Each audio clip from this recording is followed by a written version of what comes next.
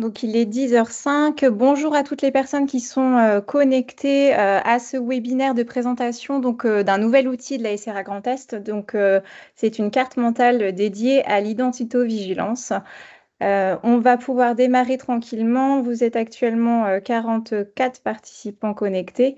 Je pense qu'on a d'autres personnes qui vont nous rejoindre au cours de ce webinaire, mais on va commencer. Première petite diapo pour vous expliquer un petit peu comment va se dérouler ce webinaire afin de garder une qualité audio, je dirais, pour les présentateurs de ce webinaire. Nous avons donc coupé volontairement les micros des participants qui seront donc réactivés en fin de présentation lors notamment d'un quiz et du temps d'échange qui va vous permettre de nous poser vos questions.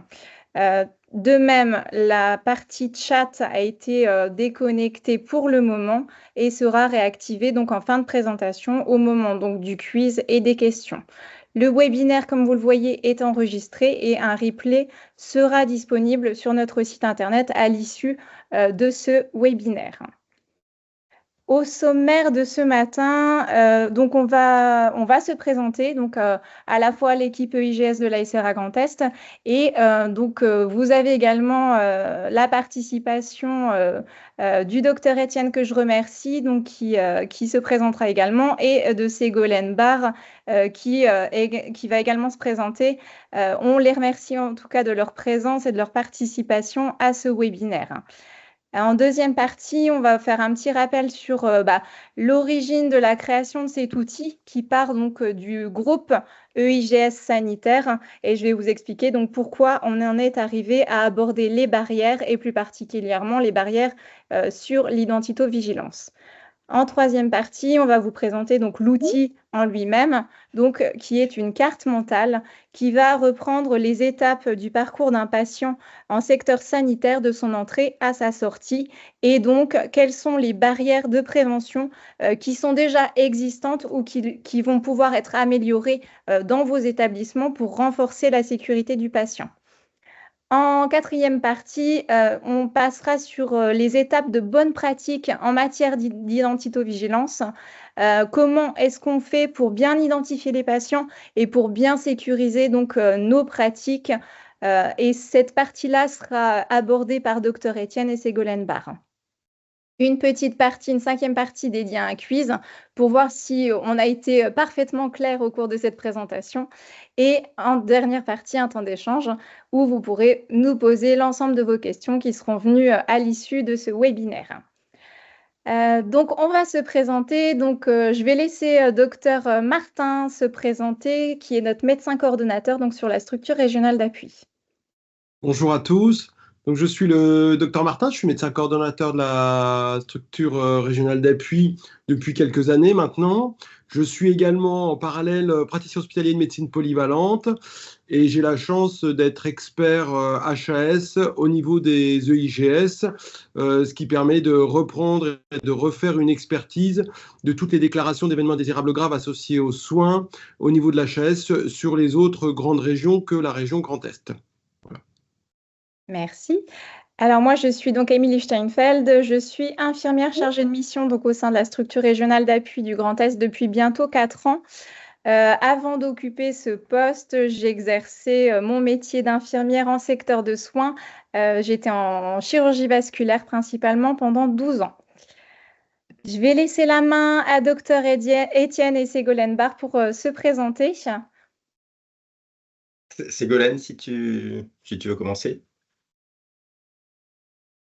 Oui, bonjour, je suis Ségolène Barre, je suis la référente régionale en identitovigilance. Je suis postée au grade PULSI. Néanmoins, j'accompagne toutes les structures du Grand Est, qu'elles soient ou non membres de PULSI. Merci. Merci. Et donc moi-même, Arnaud Étienne, médecin à l'ARS, référent sur la thématique identitovigilance pour l'ARS et avec une expérience passée de référent identitovigilance en établissement de santé pendant une quinzaine d'années. Et on va tâcher de vous accompagner aujourd'hui sur le sujet des bonnes pratiques. On va pas rentrer dans le détail de toutes les bonnes pratiques, mais on va surtout échanger avec vous sur les questions que vous pouvez avoir. Merci à vous deux. On va donc aborder avec Dr Martin donc les missions de l'ASRA Grand Est sur l'accompagnement des EIGS. Alors, on va passer assez rapidement ces missions.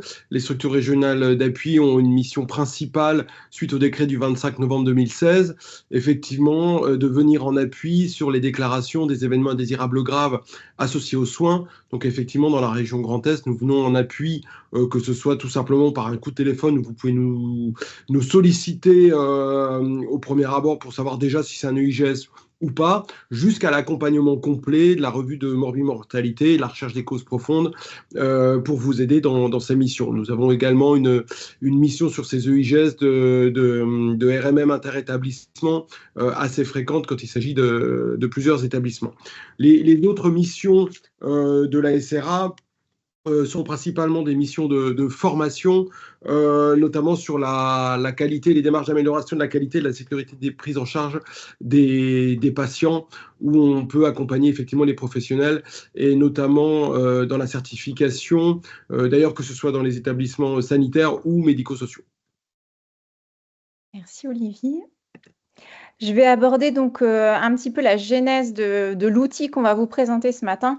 Donc cet outil, ce que je vous disais en préambule, il est issu donc d'un groupe de travail qui a été mené au sein de la SRA Grand Est avec des établissements donc sanitaires qui ont participé à la création de cet outil.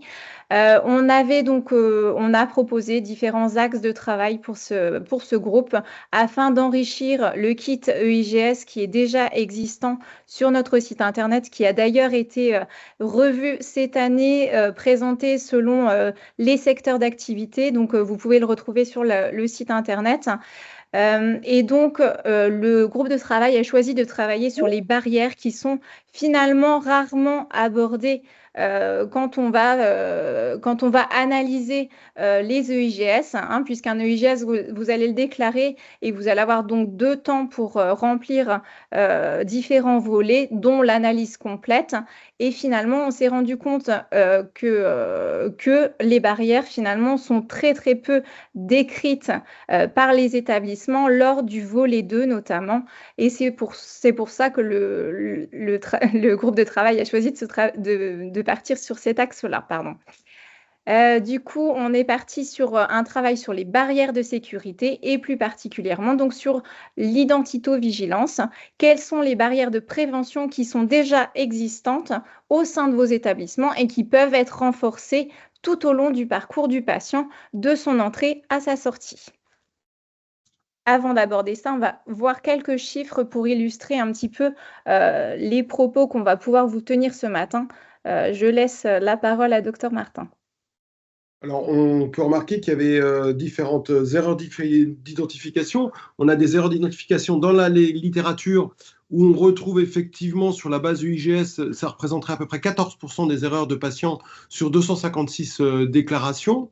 De même qu'au niveau des transfusions, on avait ce même type sur un chiffre qui était le double.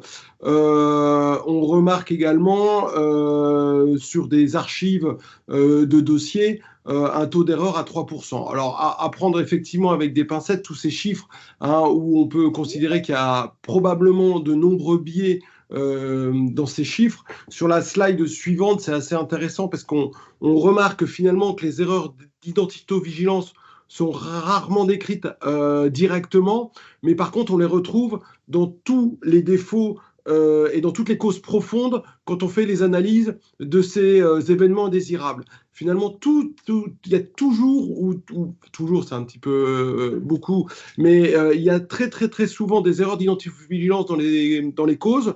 Ils ne sont pas répertoriés en soi-même comme une cause directe. C'est un petit peu dommage, d'ailleurs, au niveau de l'HAS. Par contre, on est pratiquement certain qu'à chaque fois qu'on fait une recherche de cause profonde, on retrouve très très très souvent ces erreurs d'identitovigilance. On a un petit peu, c'est la même remarque, mais c'est hors sujet, sur les erreurs informatiques, les erreurs numériques. On a toujours très très très fréquemment des erreurs numériques, des erreurs d'informatique, des problématiques à ce niveau-là, mais qui ne sont pas répertoriées directement, donc qui sont parfois moins travaillées. C'est vrai que c'était intéressant justement de pouvoir cibler un petit peu, et notamment au niveau des barrières, comme le disait Émilie, pour voir un petit peu qu'est-ce qu'on pouvait faire sur ces défauts d'identitovigilance. Alors évidemment, hein, on a créé un outil. Forcément, vous allez voir des choses qui vont pouvoir être ajoutées. La liste de ce qu'on a mis en barrière n'est pas exhaustive, loin de là. C'est simplement une base de travail et peut-être une manière de se dire, ah bah oui, effectivement, nous, on n'a pas ça en place dans notre établissement. On peut peut-être le mettre en place pour améliorer la sécurité du patient. Donc là, on va aborder donc l'outil qui a été créé par la SRA Grand Est en collaboration donc avec les établissements et le docteur Étienne que je remercie pour sa relecture. Donc comme vous pouvez le voir, donc on va aborder donc toutes les étapes du patient, donc de son entrée, de même par l'étape même de la préadmission jusqu'à la sortie de la structure. Donc la lecture se fait donc de gauche à droite. Donc vous voyez cette étape de préadmission qui est déjà une étape primordiale finalement qui va permettre déjà de mettre en place des barrières de sécurité pour nos patients. Ces barrières, à cette étape de préadmission, elles peuvent être illustrées par le livret d'accueil qui va préciser simplement quelle est la procédure en place dans l'établissement et quelles sont les pièces d'identité à présenter, les pièces d'identité officielles à présenter lors de l'admission. Donc ça, c'est déjà une première étape de sécurisation du parcours du patient. Ça peut également passer par l'enregistrement administratif dématérialisé. Donc ça, c'est déjà une première étape de sécurisation de notre parcours patient. La deuxième étape, ça peut être l'admission en mode dégradé, donc les cas particuliers. Le patient arrive en urgence, l'infirmière va créer le dossier. Comment est-ce qu'on peut sécuriser cette étape de mode dégradé au maximum pour éviter les erreurs d'identité? On peut être là sur les doublons administratifs, les collisions, mais tout ça, on va l'aborder en deuxième partie de notre webinaire. Donc, comment est-ce qu'on peut sécuriser? On va récupérer donc les éléments d'identité. Pour ça, il faut avoir une procédure claire au sein de l'établissement. Et donc, on va vérifier également les étapes de les éléments de préadmission si le patient s'était déjà présenté, si on a déjà des éléments existants dans notre base informatique. Et donc, on va créer cette identité provisoire avec, comme je vous le disais, une démarche sécurisée au sein de l'établissement qui est déjà bien en place, bien protocolisée et connue de toutes les personnes aptes à créer cette identité. Et puis donc, il faut vérifier s'il y a également l'existence d'une procédure de rapprochement, donc avec le bureau des entrées et d'interface entre les dossiers, donc pour gérer justement ces doublons. Ensuite, on va passer à l'admission qu'on a nommée définitive, qu'elle soit programmée ou non. Comment sécuriser cette étape-là? On va vérifier donc l'identité sur les documents à haut niveau de confiance. On viendra sur cette partie des documents à haut niveau de confiance. Qu'est-ce qu'un document à haut niveau de confiance? On va le détailler donc par la suite du webinaire. On va sécuriser également en confirmant l'identité qui a été recueillie lors de l'étape de préadmission ou de l'admission directe dans les services. Il faut qu'il y ait une procédure de détection donc des doublons ou des collisions d'identité et il faut qu'il y ait une uniformisation des pratiques au sein de l'établissement avec des procédures claires et définies qui doivent être basées sur le référentiel national d'identito-vigilance. C'est vraiment la base. Vos procédures doivent être claires et réalisé à partir de ce référentiel qui est décliné selon le secteur d'activité, que ce soit sanitaire, c'est ce qui nous intéresse aujourd'hui, ou médico-social, ou encore pour les soins de ville. Donc ça, c'est vraiment très important d'avoir ces procédures claires au sein de l'établissement et que tout le monde ait connaissance de ces procédures. La formation donc adaptée de chaque acteur qui va recueillir l'identité, c'est primordial, c'est indispensable que chaque personne sache recueillir l'identité. Un patient va rentrer dans mon service, comment est-ce que je recueille l'identité de mon patient? Cette formation, elle est indispensable et primordiale. Il peut également y avoir une cartographie des risques avec le recensement donc, des signalements des erreurs et le recensement des personnes qui créent les identités, qui est apte dans mon établissement, qui est habilité à créer l'identité d'un patient. Et donc, j'ai un peu abordé cette partie-là, donc le profil d'habilitation des personnes aptes à créer ces identités. Donc, on peut voir que toutes ces premières étapes, que ce soit la préadmission, l'admission en mode dégradé ou l'admission définitive, finalement, on est sur une étape administrative et donc, c'est ce qu'on caractérise d'identification primaire.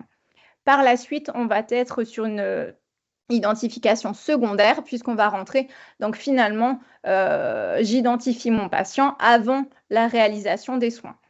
Donc, on aborde cette étape d'admission en service de soins. Comment est-ce que je vérifie l'identité de mon patient qui va rentrer?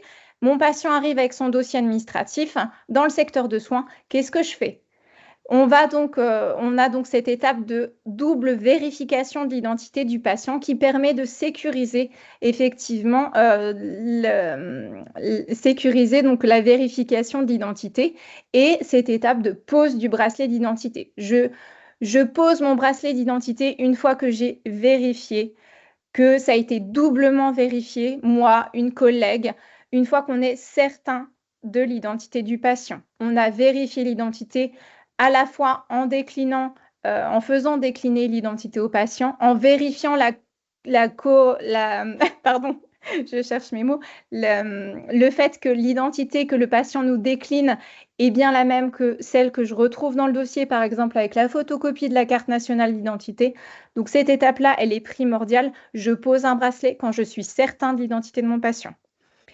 Ensuite, on a tout ce qui est transfert interne du patient, que ce soit au bloc opératoire, que ce soit en radiologie. Cette étape-là, elle est également primordiale pour la personne qui va prendre en charge le patient pour l'emmener donc vers le bloc, vers la radio, peu importe, ou même avant d'aller prélever un bilan sanguin, il faut que l'identité du patient soit vérifiée. Comment je vérifie?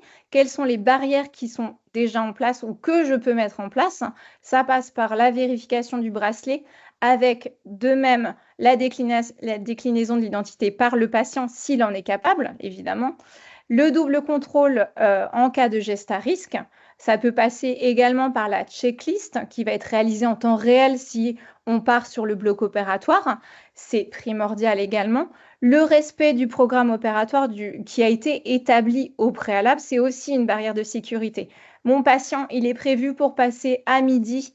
Non, le brancardier ne vient pas le chercher à 8 heures. Non, le patient n'est pas prêt. On ne va pas pouvoir garantir la sécurité du patient. Le patient va être préparé à la va-vite. Ce n'est pas possible. Et puis également, tout ce qui est audit de checklist qui peut être réalisé effectivement pour sécuriser cette identité. On a également tout ce qui est transfert interstructure. Quelles sont les barrières qui peuvent être mises en place? Le dossier qui suit le patient, c'est une barrière. La concordance des supports. Est-ce que le bilan que je transfère, est-ce que le bilan qui est intégré dans le dossier de transfert du patient est bien au bon patient? Est-ce que la radiologie que j'ai dans mon dossier qui va être transférée est bien celle du patient qui va être transférée? Tout ça, c'est des étapes primordiales. Et toujours cette étape de double vérification pour la personne qui prend en charge le transfert et pour la personne qui est responsable, le soignant qui est donc dans le service qui est responsable du départ du patient. Il peut également donc avoir donc le retour dans le service, soit après le bloc opératoire, soit après la radio. Donc, quelles sont les étapes à respecter pour garantir la sécurité du patient? Et bien, toujours cette vérification de la présence du bracelet et toujours la déclinaison de l'identité qui va être faite par le patient. Et vérifier effectivement que le patient y revient avec les documents qui lui appartiennent. Parce que ça, c'est du vu et du revu. Le patient y revient du bloc opératoire avec un dossier qui ne lui appartient pas. Donc ça, c'est primordial, cette étape de vérification de concordance des documents.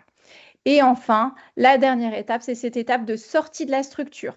Alors, sortie soit à domicile, sortie ou alors transfert vers un autre établissement. Mais cette étape, elle est pareil primordiale. La personne qui est en charge de la sortie du patient doit vérifier que tous les documents qui sont remis au patient appartiennent au patient. Elle doit s'assurer que la personne qui prend en charge le patient qui doit sortir, eh ben, c'est le bon patient, tout simplement. Parce qu'on a déjà vu, c'est du vu et du revu. Le patient, l'ambulancier vient chercher le patient. Est-ce que, oui, je viens chercher monsieur un tel, on lui indique un numéro de chambre, on n'accompagne pas le patient et finalement, ce n'est pas le bon monsieur qui est dans l'ambulance. C'est du vu et du revu. Donc voilà, il faut vraiment garantir la sécurité de nos patients. Ça passe par la désignation d'une personne qui est en charge du retour à domicile du patient et donc de la vérification de la concordance de tous les documents qui sont remis au patient et la vérification de l'identité pour le départ lorsque c'est un départ programmé avec une ambulance, avec un VSL, c'est primordial. Voilà un petit peu, donc si vous voulez, ce qui a pu être mis en lumière, ce qu'on a pu retrouver en travaillant avec les établissements donc, qui ont fait cet outil avec nous, que je remercie évidemment. Donc voilà un petit peu cet outil, il est disponible, je dis il va être, mais il est disponible d'ores et déjà sur le site internet. Vous pouvez le télécharger, vous pouvez l'imprimer, vous pouvez faire tout ce que vous voulez avec. De toute manière, il est à votre disposition, il a été créé pour vous, n'hésitez pas à l'exploiter. Je me permettrai, oui, bien sûr, docteur. Je me permettrai d'ajouter, Émilie, excuse-moi, oui. Simplement que cet outil, effectivement, il est pas exhaustif, bien entendu. Hein, c'est à vous ensuite de l'utiliser, de l'adapter à votre établissement. Entre parenthèses, tout simplement pour expliquer aussi que, par exemple, les bracelets d'identification, qu'il y a certains établissements qui refusent de l'utiliser. On sait qu'en psychiatrie, c'est des fois plus complexe, plus compliqué, etc. À vous de vous adapter, de mettre en place les barrières d'identification pour supplanter cette absence de bracelet, etc. Hein, bien entendu, tout ça n'est pas exhaustif.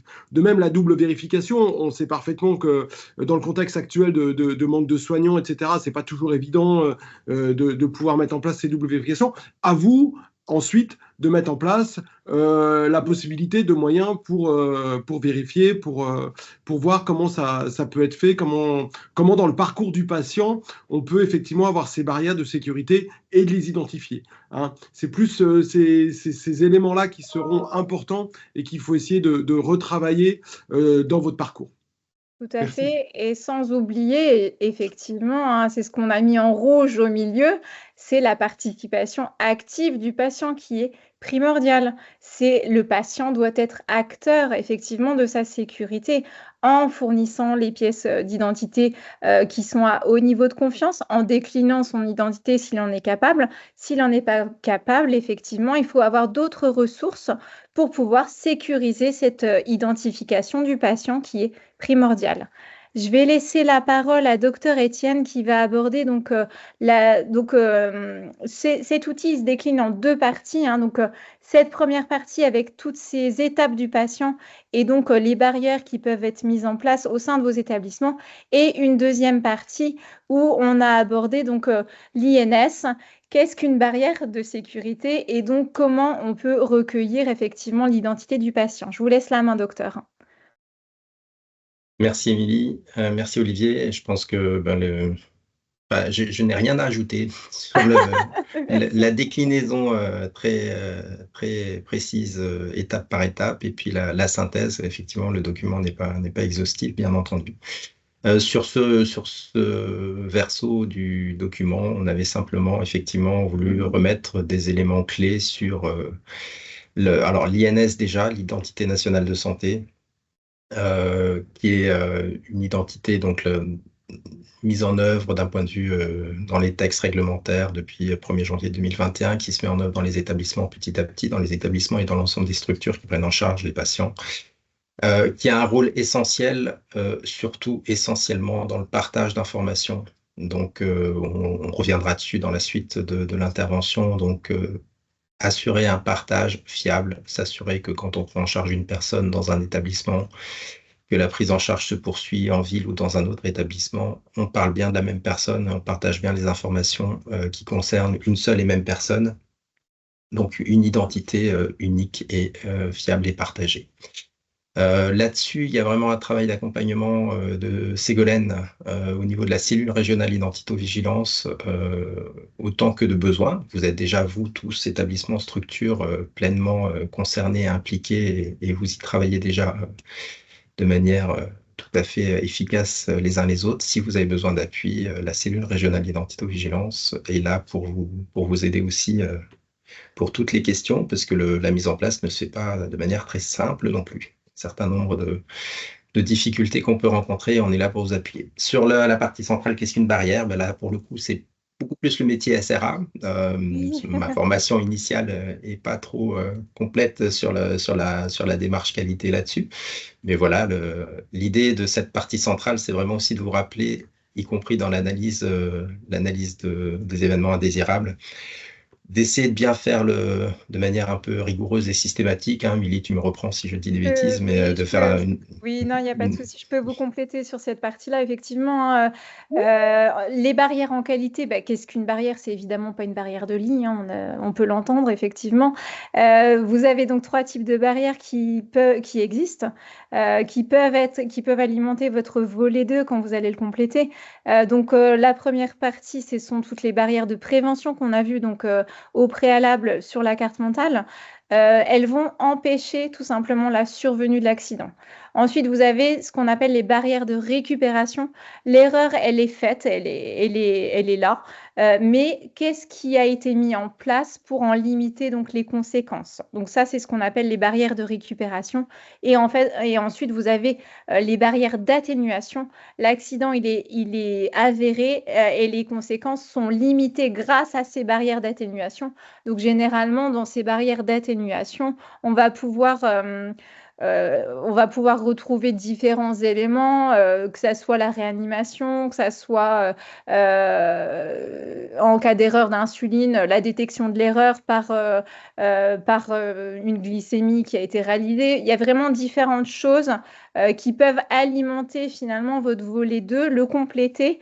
Et finalement, c'est très très peu exploité, ce qui est dommage parce que les équipes ont vraiment des bonnes pratiques déjà en place. Et cette étape, finalement, quand vous allez remplir votre volet 2, c'est important d'essayer de trouver des barrières parce que vous en avez. Vous avez des ressources, les équipes ont des ressources, elles travaillent formidablement bien, surtout en ces temps difficiles. Donc vraiment, il faut valoriser le travail réalisé par les équipes, c'est super important. Je ne sais pas si Olivier voulait compléter par rapport à ça.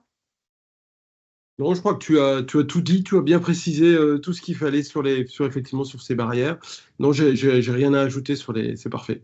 Merci Olivier. Et alors, Et- j'enchaîne du coup. Oui.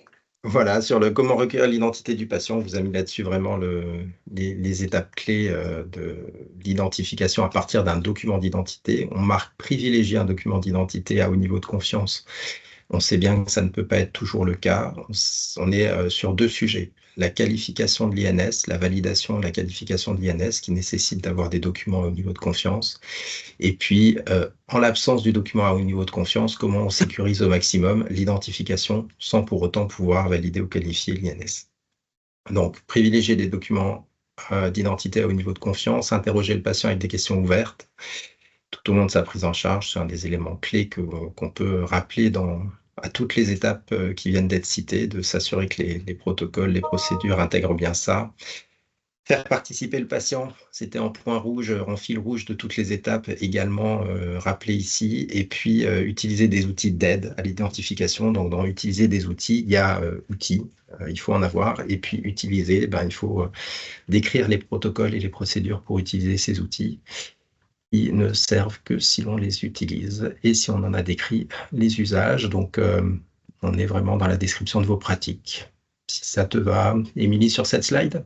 Oui, parfait. Je vous On laisse enchaîne. pour la Allez. suite, on enchaîne. Donc, sur la suite, hein, on a vraiment abordé de manière complètement parcours patient les différentes étapes.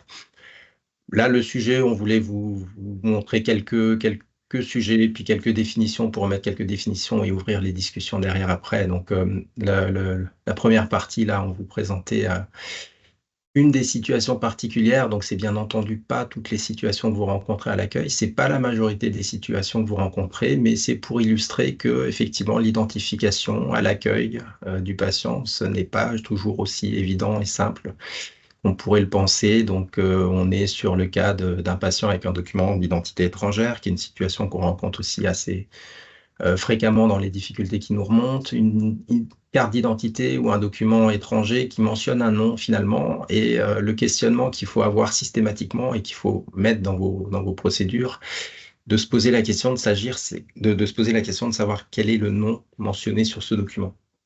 Est-ce que c'est le nom de naissance? Est-ce que c'est le nom d'usage de la personne, le nom utilisé par la personne, nom marital, autre? On sait que dans certains pays, justement, le nom de naissance n'est pas retranscrit sur les documents d'identité une fois que les gens sont mariés. C'est le nom marital qui est repris sur le document d'identité. Donc, il y a vraiment des questionnements à avoir sur cette information, et on le formule comme ça sur le fait d'interroger systématiquement le patient pour lever le doute quand on a un doute. On a dans les fiches pratiques qui sont mises à disposition des personnes en charge de l'accueil, on a des fiches pratiques qui rentrent de manière très détaillée sur les différents spécimens de documents d'identité étrangers, qui permettent d'aider à identifier quel est le nom qui est renseigné dessus. On a aussi le vocabulaire étranger pour identifier quel est le nom, le prénom. On insiste aussi sur un point dans ces documents, c'est que c'est y compris une question de culture et d'usage.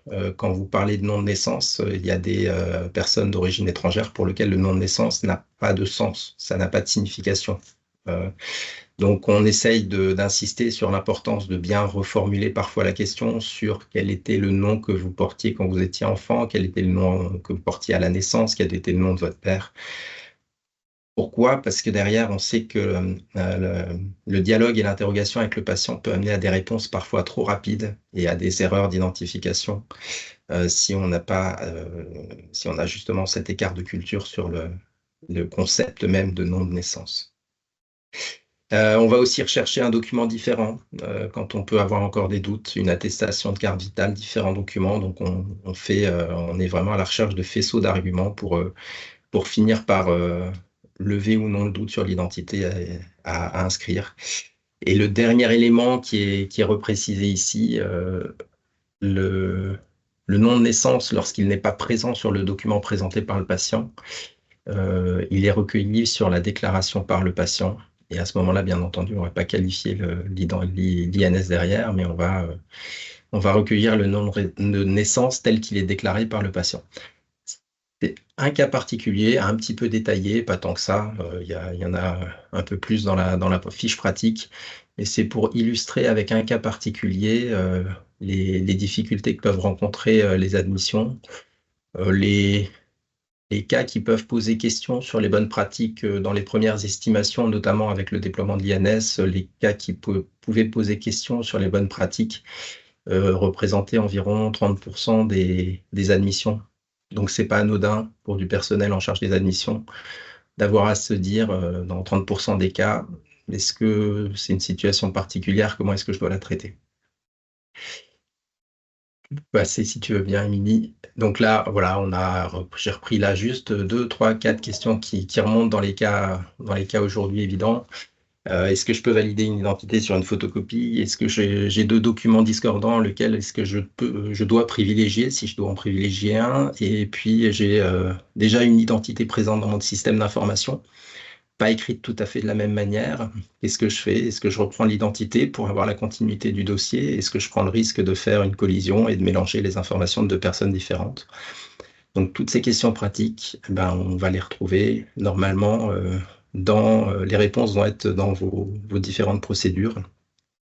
J'insiste sur le rôle de la cellule régionale d'identito-vigilance pour partager vos expériences là-dessus, en faire profiter l'ensemble des référents identito-vigilance de la région. Donc, sur des situations comme ça qui posent difficulté chez vous, n'hésitez pas à interpeller en première intention votre identito-vigilant local. Et avec Ségolène, on travaille vraiment à obtenir un réseau de référents d'identito-vigilance dans les établissements et pouvoir mettre en relation l'ensemble des référents identitaux et partager les expériences et apporter des réponses qu'on puisse partager avec tout le monde là-dessus. Donc solliciter la SRA, la CRIV, et puis on est dans une démarche, tout ce qu'il y a de plus classique, de démarche d'amélioration continue de la qualité là derrière. Ségolène, j'en profite, n'hésite pas, si tu souhaites compléter l'un ou l'autre sujet derrière moi. Non, c'est parfait, comme d'habitude. Je te remercie. On va continuer alors. Donc on balaye là du coup pour rappeler quelques éléments vraiment de base et définitions de base sur l'identification et la gestion du risque autour de l'identification du patient. D'abord, on rappelle quels sont les acteurs de l'identito. Le patient, le premier, et l'acteur de sa sécurité à toutes les étapes. Donc c'est lui qui va d'abord fournir les informations nécessaires pour qu'on puisse l'identifier et c'est lui qui va répondre tout au long du parcours aux sollicitations des professionnels pour qu'on puisse vérifier son identité. Si tu veux bien la suivante. Bien sûr. On a... Oups là. Il y en a une qui a sauté peut-être, non? Ah. Les professionnels de santé, celle-là, voilà, ça marche. Les professionnels de santé, bien sûr, qui eux aussi vont avoir à charge de vérifier l'identité tout au long de la prise en charge. On a en termes de documents cadres le référentiel national d'identito-vigilance qu'Émilie a déjà évoqué tout à l'heure, qui est un document opposable. Il est décliné en différents volets. Il est en cours imminente de publication d'une version révisée maintenant. Les différents volets, on va avoir un volet socle qui va décrire des règles communes et puis on va avoir des volets adaptés à chaque catégorie d'établissement ou de structure ou de professionnel. Ce référentiel national d'identito-vigilance, si vous ne l'avez pas déjà consulté une fois, je vous invite vraiment à le consulter. On pourra rappeler peut-être dans la suite, je pense qu'on n'a pas mis le lien, mais on pourra rappeler le lien pour aller le télécharger. Il formule vraiment des recommandations de base sous forme d'exigences et de recommandations de mise en œuvre dans les établissements. Il n'a pas vocation à couvrir toutes les situations et tous les cas. C'est vraiment là aussi le rôle de l'accompagnement complémentaire du réseau des Trois Rives, donc le réseau des référents régionaux en identito-vigilance, qui vient compléter avec la formalisation de fiches pratiques. Il vient compléter les bonnes pratiques là-dessus.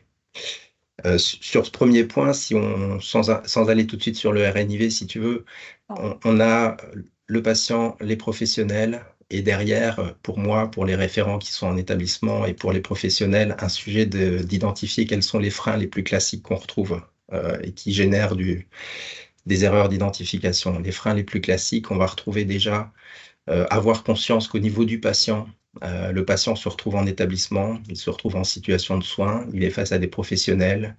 Les professionnels ont la connaissance, lui, il n'est entre guillemets que patient.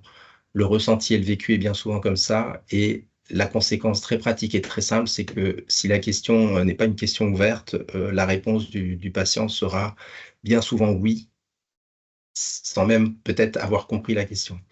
Donc, l'intérêt de poser des questions ouvertes et de pas demander est-ce que vous êtes bien Arnaud Etienne. Si vous posez la question est-ce que vous êtes bien Arnaud Etienne, le patient vous répondra oui, parce qu'il est en situation de stress, parce qu'il est en situation de soins, et parce qu'il n'a pas bien entendu votre question et parce qu'il ne veut pas vous déranger. Donc, la question ouverte, c'est un élément clé pour obtenir une réponse satisfaisante de la part du patient. Bien entendu, on a toutes les situations de patients non répondants qui peuvent être des difficultés supplémentaires. Au niveau des professionnels de santé, l'autre frein qu'on retrouve le plus fréquemment, c'est un frein là aussi d'ordre culturel. Dès qu'on a des patients chroniques, qu'on connaît bien nos patients, on a un certain frein à vouloir réinterroger systématiquement le patient. Il est dans le service depuis un certain temps, je ne vais pas lui redemander son identité. Il ne va pas comprendre pourquoi je lui redemande. Donc là aussi, vraiment en termes de recommandations, ayez une acculturation des équipes, des éléments de langage travaillés ensemble pour adopter des pratiques systématiques de présentation de la démarche. On va vous poser plusieurs fois la question tout au long de la journée, on va vous poser plusieurs fois la question tout au long de votre hospitalisation, de votre identité, pour sécuriser votre prise en charge.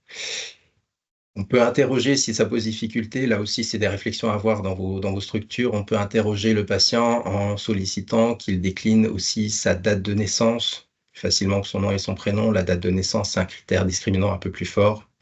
Donc voilà, c'est les questionnements que vous pouvez avoir. En tout cas, travailler avec les équipes cette acculturation à la gestion du risque sur l'identité, qui n'est pas, encore une fois, une rupture de la relation privilégiée patient-professionnel, mais qui est un élément de sécurisation du soin pour tous. Merci, Émilie. Si tu veux bien, du coup, la slide suivante, voilà, c'est un visuel sur aujourd'hui le RNIV version 1 avec les 5 volets, qui va devenir RNIV version 2, encore une fois de manière imminente. Je ne sais pas, Ségolène, si tu as une date précise. Non, normalement septembre, on est en septembre, j'y crois toujours. On y est encore, on y Vous croit serez encore en informés, septembre. bien sûr. On fera passer le message. Mais Donc, c'est le lien, dans la conversation, je mettrai le lien vers la future version puisqu'elle est prépubliée sur le site de l'ANS. Donc, autant se baser tout de suite dessus. on peut aller chercher ces documents-là, merci.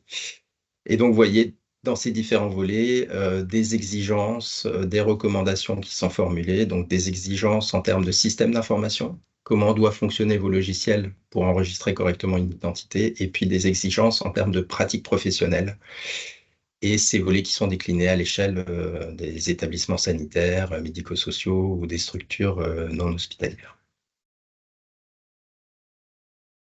Voilà. Après, si vous voulez, on balayait juste, on rappelait quelques éléments qui se retrouvent d'ailleurs dans le RNIV pour redonner aussi une définition au mot de quoi on parle quand on parle d'une identité patient finalement. La suivante, c'était bien. Ah, pardon. T'en fais pas de souci. Quand on parle d'une identité, finalement, qu'est-ce qui caractérise une identité? J'ai envie de dire que pour les quelques-uns qui me connaissent dans le public aujourd'hui, quand ils ont vu ma tête, ils m'ont peut-être reconnu.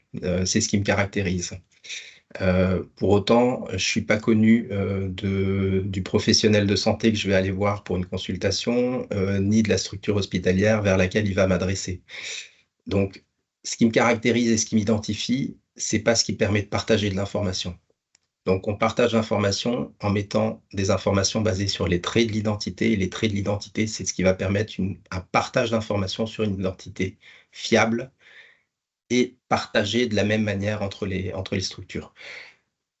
On a parlé beaucoup des événements tout au long de la prise en charge. Il faut avoir bien à l'esprit que le partage d'informations est aussi un des éléments qui génèrent des événements indésirables, parce que l'information aura été transmise sur une identité qui n'aura pas été correctement retranscrite, et on aura une rupture de la continuité des informations entre professionnels. Voilà, les traits stricts, le nom de naissance, la date de naissance, le sexe, le premier prénom, la liste des prénoms de naissance, le lieu de naissance. Le matricule INS, celui-là, c'est un trait strict, bien entendu, parce qu'il est attribué au patient, mais il est de manière transparente et absolument pas utilisable au quotidien pour vous. Les traits complémentaires, c'est ce qui va notamment être utilisé pour différencier deux personnes qui ont des traits stricts très proches, deux homonymes, si les traits stricts sont identiques.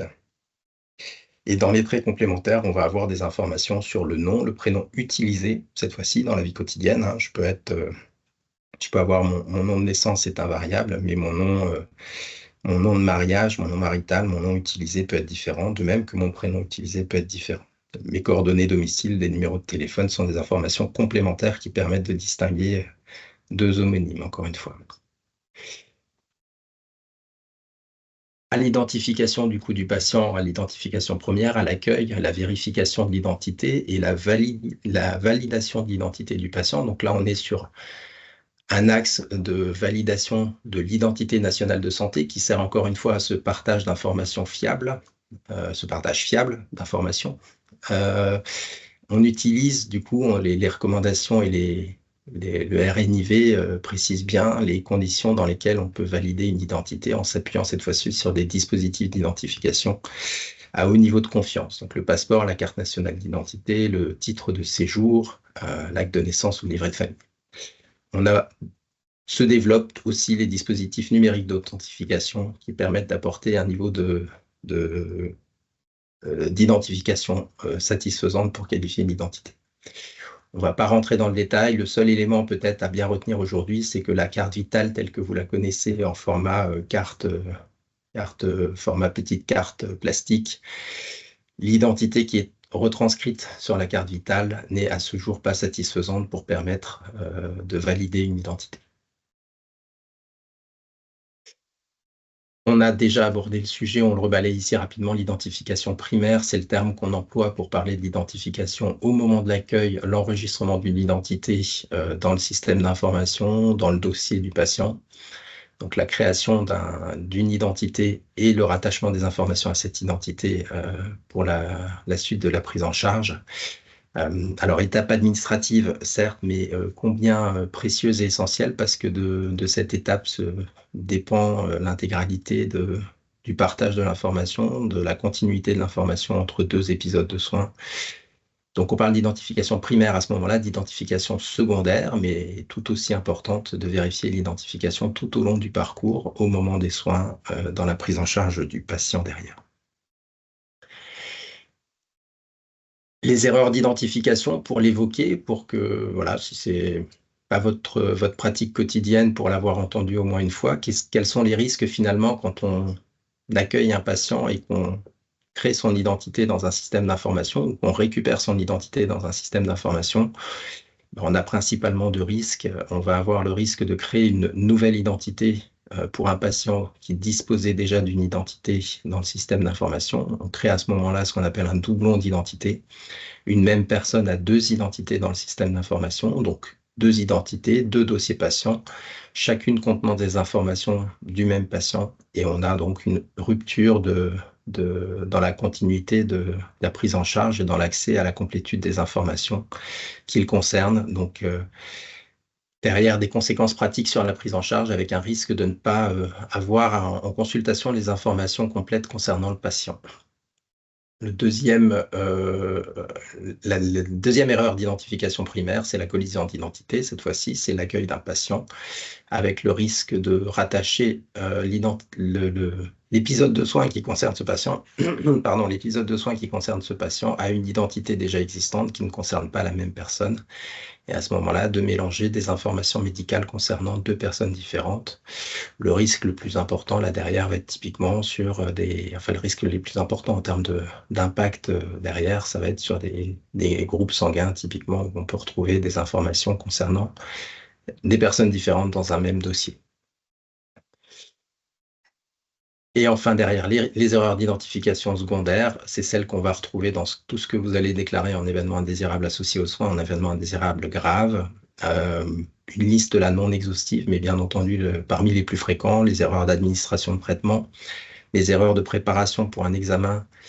On est sur une étape clé, je parlais tout à l'heure des étapes clés, enfin des facteurs de risque les plus importants à identifier. Le patient est actif dans son identification. Donc, un patient qui n'est pas en capacité de vérifier son identité, de décliner son identité, c'est une situation à risque. Le patient se déplace, et typiquement pour réaliser un examen, le patient se déplace pour réaliser un examen, pour réaliser un acte chirurgical. Le patient se déplace, donc on est en situation à risque parce que le patient est amené à être pris en charge par différents professionnels sur un temps court et il faut vérifier son identité tout au long du parcours du patient. Et puis, l'erreur de dossier dans lequel on enregistre les données de prise en charge, l'erreur d'étiquetage, là on est sur là aussi une situation fréquente, la plupart du temps bien maîtrisée, de préparation des prélèvements, d'étiquetage des tubes de prélèvement pour s'assurer qu'on n'est pas en train d'étiqueter le prélèvement qui a été fait au voisin ou à la voisine. Tout ça décliné, pareil, j'ai détaillé la démarche sur l'identification primaire tout à l'heure, mais de la même manière ici, protocole, évaluation, appui s'il y a besoin d'appui, et puis déclinaison en bonne pratique basée sur les différentes étapes qui ont été présentées sur la carte mentale tout à l'heure. Merci docteur. Donc Et on est bout. Merci. Effectivement, donc sur cette diapo, vous retrouvez ce qui peut être déclaré en EIAS ou en EIGS, où là, donc nous, structure régionale d'appui, on va être mis au courant donc de ces événements. Donc ça peut, quand on parle d'erreur d'étiquetage d'un échantillon, ça peut être un échantillon sanguin, ça peut être un échantillon de bloc opératoire, un prélèvement. Et là, ça peut vraiment être à l'origine d'erreurs graves qui mettent en jeu le pronostic vital du patient ou voire même pire. Donc tout ça, c'est primordial de sécuriser donc nos pratiques. Et si vous avez besoin d'un appui lors de vos déclarations de IGS, vous n'hésitez pas surtout à nous contacter, que ce soit si vous avez un doute sur effectivement sur est-ce que c'est un EIS, est-ce que c'est un EIGS, est-ce que je dois déclarer, est-ce que vous pouvez nous accompagner dans l'analyse par la suite. Quelquefois, ça va concerner plusieurs établissements. Donc là, on va pouvoir coordonner ce qu'on appelle les RMM interétablissements. Donc, il ne faut surtout pas hésiter à nous contacter. On est à votre disposition pour vous appuyer dans ces différentes étapes, que ce soit de la déclaration ou de l'analyse de vos événements indésirables graves associés aux soins. Olivier, vous avez... Pardon. Vas-y, Olivier. Non, simplement, oui, effectivement, rien que cette année, on avait déjà eu des dossiers avec des erreurs d'anapath en cancéro, dramatiques d'ailleurs, sur des soins qui ont été donnés de cancéro qui n'auraient pas dû être donnés à une patiente, etc., et qui n'ont pas été faits pour une autre patiente, sur des greffons. Enfin, voilà, tous les cas sont effectivement existent, peuvent être dramatiques. Donc, comme vous le disiez, il faut effectivement faire extrêmement attention à toutes ces erreurs d'étiquetage, surtout quand le patient n'est pas là. Oui, ça me permet juste de compléter sur une petite phrase déjà qui est remise en dessous, effectivement, sur le fait de se rappeler que les erreurs d'identification sont de toute façon perçues par le patient comme étant une erreur évitable. Très compliqué pour un patient de comprendre pourquoi on s'est trompé, pourquoi c'est pas lui qui a été soigné, pourquoi lui n'a pas eu le bon soin. Donc ça, je pense que vous en avez tous conscience, on se le rappelle et on le repartage ici. Donc, un point de vigilance, j'ai évoqué le patient non répondant, le patient qui se déplace, le traitement qui se déplace quand c'est un traitement qui est préparé, qui est étiqueté et qui est transmis au service pour être administré. Je voulais évoquer... non, écoute, j'ai perdu mon fil là-dessus. Désolé. Ça me reviendra tout à l'heure. Pas de problème. Et le dernier élément, c'était sur le fait de rappeler que l'identitovigilance n'est pas une vigilance réglementaire. Il n'y a pas de circuit de signalement vers l'identitovigilance. Donc, on est bien sur les circuits que vous connaissez, les circuits habituels, classiques de signalement d'événements indésirables sur la plateforme vers le SRA. Mais on est en appui sur toute sollicitation, mais complémentaire du circuit de signalement que vous devez utiliser habituellement. On peut faire un bref rappel. Oui, Olivier, pardon. Une dernière chose pour compléter également, c'est qu'on est largement en sous-déclaration. Un petit rappel sur les EIGS. Actuellement, on est autour de 3000 déclarations en 2023 de IGS, donc grave, c'est-à-dire un décès ou un déficit corporel permanent. Faut savoir qu'il faudrait, en gros, selon les études ENIS, multiplier par 120 à peu près pour avoir le chiffre réel de ce qui existe. Donc, on est vraiment sur le dessus de l'iceberg actuellement sur ces déclarations. Et je pense d'autant plus sur les erreurs d'identitovigilance. Et ben, c'est exactement, tu m'as fait retrouver mon fil, c'était ça ce que je voulais dire, c'est que les événements graves que tu décris, heureusement, sont rares. Malheureusement, ils sont très graves. Et vraiment, le fait de signaler des événements qui paraissent parfois anodins en se disant il n'y a pas eu beaucoup de conséquences, j'ai rangé le résultat biologique dans le mauvais dossier, je le sors, je le remets au bon endroit. Derrière, potentiellement, c'est dans les semaines ou dans les mois qui suivent un événement indésirable grave qui se provoque. Si on ne met pas les barrières, donc on revient vraiment à ça, on va chercher ce qui se passe en dessous pour éviter l'événement grave par la suite. Merci Olivier. De rien. Alors, je me permets de finir de compléter rapidement une petite parenthèse sur les événements porteurs de risque, parce que c'est un événement porteur de risque extrêmement fréquent et important, qui est extrêmement difficile à souligner, à retrouver. Et c'est un vrai travail qu'il est possible de faire sur ces EPR que vous faites tous les jours et qu'on fait tous les jours, que je fais tous les jours, sur ces erreurs qu'on rattrape régulièrement, l'EPR étant un non-événement finalement, qu'on rattrape finalement tout seul ou à l'aide de ses collègues. Mais c'est toujours intéressant de savoir pourquoi on s'est quand même trompé 2-3 fois d'identité ou 2-3 fois sur le dossier, 2-3 fois sur la prescription, etc. Donc c'est un travail pas inintéressant à réaliser. Excuse-moi, Oui. Émilie, on t'a coupé 2, 3 fois, je suis désolé. Non, non, mais il n'y a pas de souci. Je vais vous compléter effectivement sur les EPR. Et, comme le disait Olivier, un EPR, c'est un non-événement. C'est un événement qui aurait pu arriver si ma collègue, par exemple, n'avait pas rattrapé. Bah, tiens, je vais donner mon traitement. J'ai 2 patients, un patient en chambre double à la porte, à la fenêtre. Je vérifie donc le traitement sur mon dossier informatisé. Je me rends dans la chambre et finalement, je me dirige vers le mauvais patient. Et là, heureusement, ma collègue qui est vigilante à ce moment-là va me dire, oh là là, mais qu'est-ce que tu fais, Émilie? C'est pas du tout le bon patient. Tu vas te tromper. Donc c'est ça, les EPR. Effectivement, il faut avoir dans vos démarches qualité, il faut réussir à travailler sur ces événements qui ne sont pas déclarés par les soignants, parce que finalement, ça n'est pas arrivé. Donc ça n'est pas déclaré. Ce sont des événements pour lesquels les soignants vont en parler. Bah tiens, autour du café ou alors en réunion d'équipe. Ça va être abordé à ces moments-là, mais c'est vrai que ce sont des événements intéressants à aller explorer et à mettre des barrières en place par rapport à ces non-événements.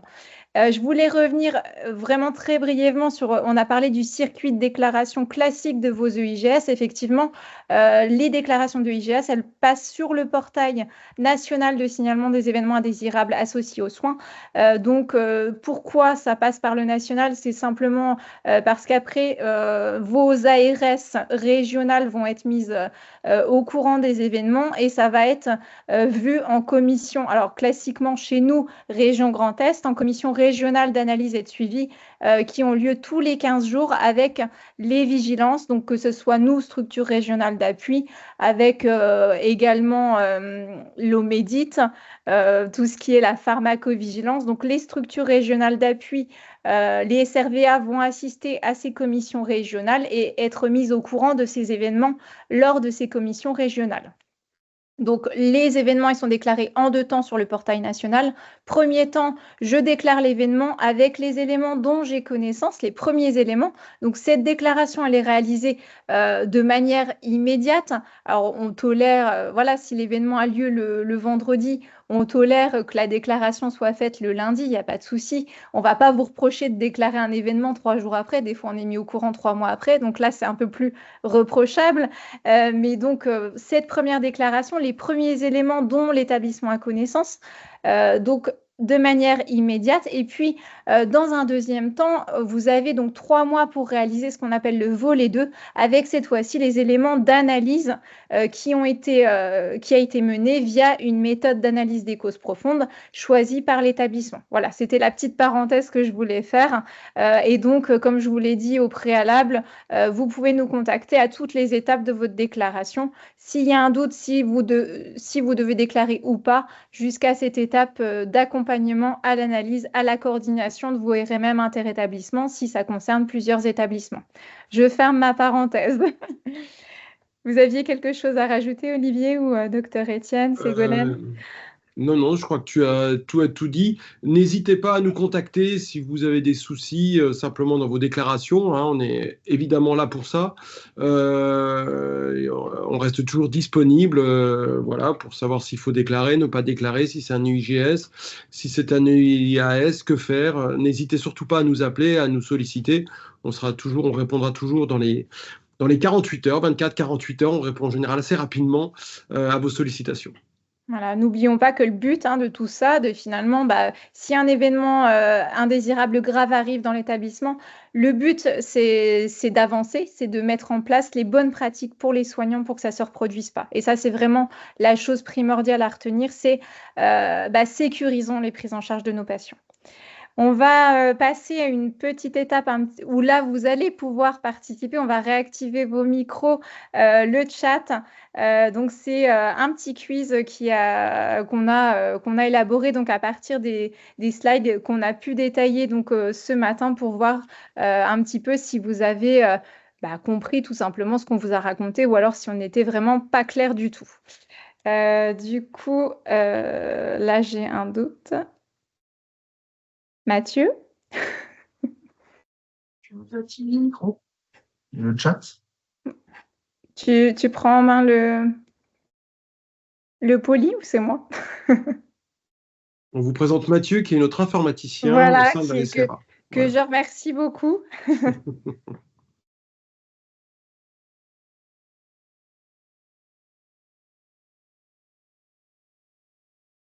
On devrait avoir un petit QR code, c'est ça qui doit s'afficher? Non, non, c'est un quiz. C'est un quiz direct, d'accord. Oui, c'est un quiz direct. Ok. Mathieu a disparu.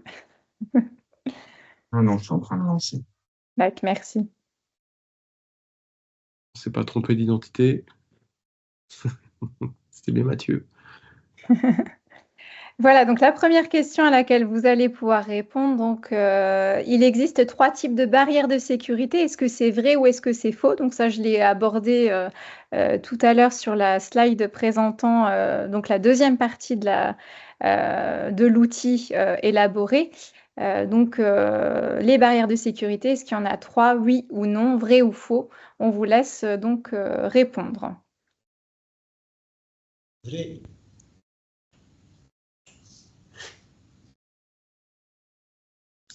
Du coup, ouais. Alors, je partage de mon côté, j'ai pas encore eu la question. Je sais pas si tout le monde l'a eu. Ah, d'accord, ok. Donc, on va patienter un petit peu le temps que tout le monde ait accès au quiz. Alors, on retrouve le quiz dans le chat aussi. Je crois qu'on a une main levée. Oui, il y a une question, je crois. Alors, il y a plusieurs mains levées. Du coup, on va... Hop. Donc, vous pouvez répondre au quiz donc, dans le chat ou alors, effectivement, je pense que c'est pour donner la réponse, les petites mains levées, si je ne me trompe pas. Du coup... Ah, super. Ouais. Donc,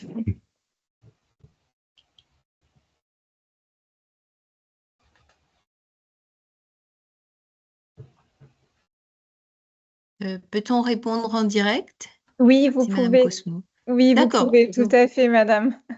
Vous pouvez Ok. répondre en direct. Donc, oui, pour moi, 3 barrières de sécurité. Oui, tout à fait. Effectivement, donc comme je vous le rappelais, hein, vous avez les barrières de prévention, les barrières de récupération et les barrières d'atténuation. Donc effectivement, cette première question, la réponse était vraie.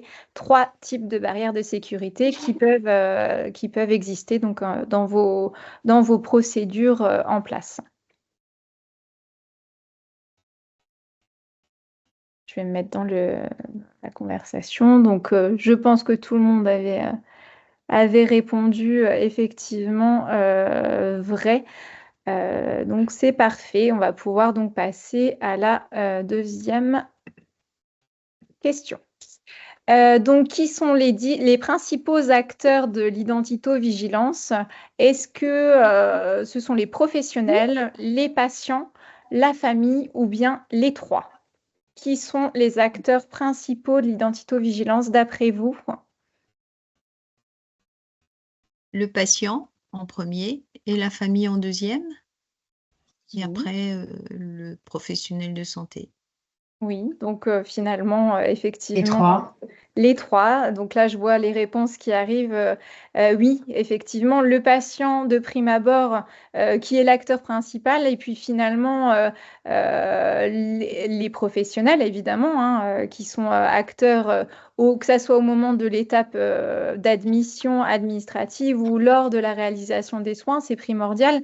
Et la famille, sans oublier la famille, puisque Docteur Étienne y a fait référence, mais on peut être confronté à des patients qui sont non communicants, qui finalement qui ont des démences.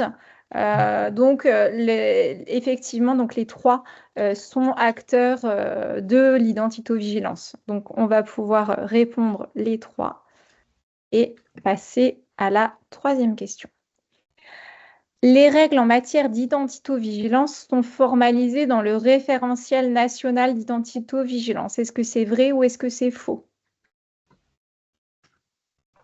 D'après vous. Donc, je vois les premières réponses.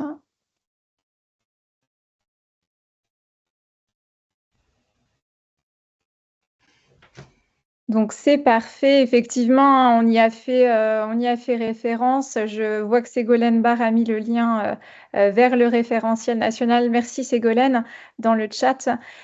Donc oui, effectivement, vos procédures, j'ai un petit peu insisté lourdement là-dessus, mais elles doivent être basées sur ce référentiel national d'identité-vigilance.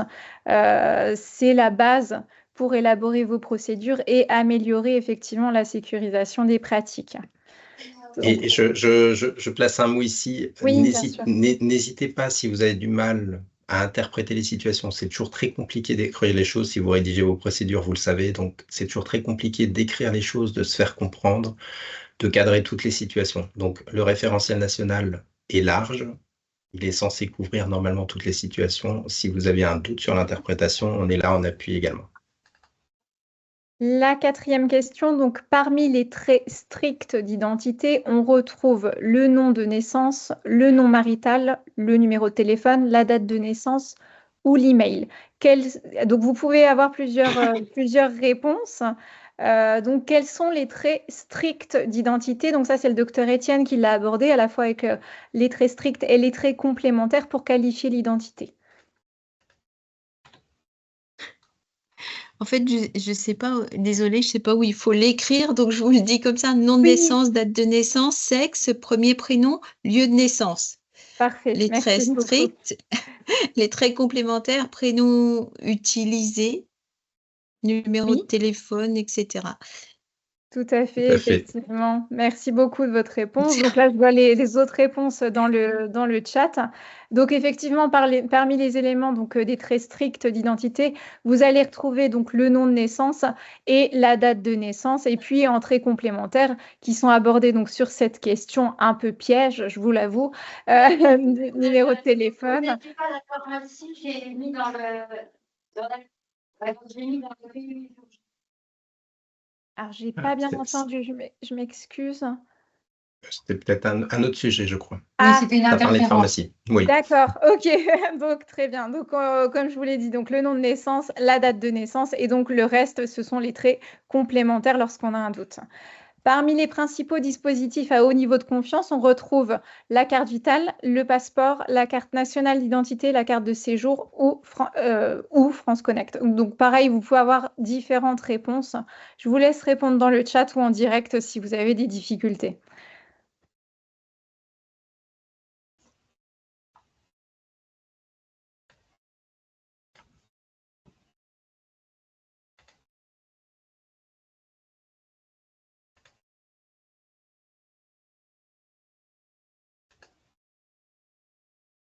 Donc, je vois les réponses. Je vois les réponses qui arrivent. Donc, effectivement, hein, pas la carte vitale, ça c'est très bien dit dans le chat, surtout pas la carte vitale. Vous avez effectivement, docteur Étienne l'a dit, donc le passeport, la carte nationale d'identité, la carte de séjour et France Connect qui peuvent être utilisés pour qualifier l'identité. Alors, je fais pareil, un petit mot sur France Connect. C'est vrai que ça fait partie des outils qui se développent de plus en plus. Les bureaux d'accueil sont confrontés à des patients qui viennent avec une impression papier issue du logiciel. Donc là aussi, on a documenté un petit peu quelle conduite à tenir là-dessus pour qu'on reste quand même... Voyez, moi, je n'ai pas validé au questionnaire parce que ça dépend vraiment de la façon dont le patient présente soit l'application, soit juste un certificat, comment ça se passe. Donc, moi, je ne l'ai pas mis. Voilà. France Connect, oui, dans des conditions d'utilisation qui permettent de s'assurer qu'on n'est pas en situation d'usurpation. Le risque, pour le partager très vite, c'est que France Connect, on peut éditer un document et le partager avec une autre personne. Donc, voilà, dans des situations de doute sur une situation d'usurpation, il faut être vigilant. Il y a l'application et puis il y a les impressions issues de l'application. Ce n'est pas la même chose. Mais on ne va pas rentrer dans le détail maintenant. Oui. On vous renvoie vers les documents qu'on a rédigés là-dessus.